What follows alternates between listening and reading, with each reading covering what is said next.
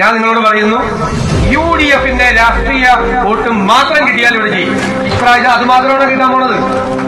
ഈ സർക്കാരിനെതിരായി ഒന്ന് വോട്ട് ചെയ്യാൻ കാത്തിരിക്കാൻ ആളുകൾ എല്ലാവരും. ഇത് രാഷ്ട്രീയ പോരാട്ടമാണ്.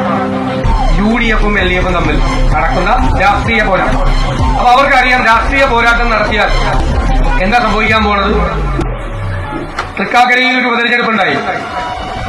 PT തോമസ് 12,000 വോട്ടിന് ജയിച്ച സ്ഥലത്ത് നമ്മൾ പ്രതിപക്ഷത്ത് നിന്നുകൊണ്ട് 25,000 വോട്ടിനാണ് ജയിച്ചത്. ഉമാത്തോ മുഖ്യമന്ത്രിയും 20 മന്ത്രിമാരും വന്ന് ക്യാമ്പ് ചെയ്തു ഒരു മാസം. അതുകൊണ്ട് അത്ര വോട്ട് കൂടാൻ കഴിയും നമുക്ക്.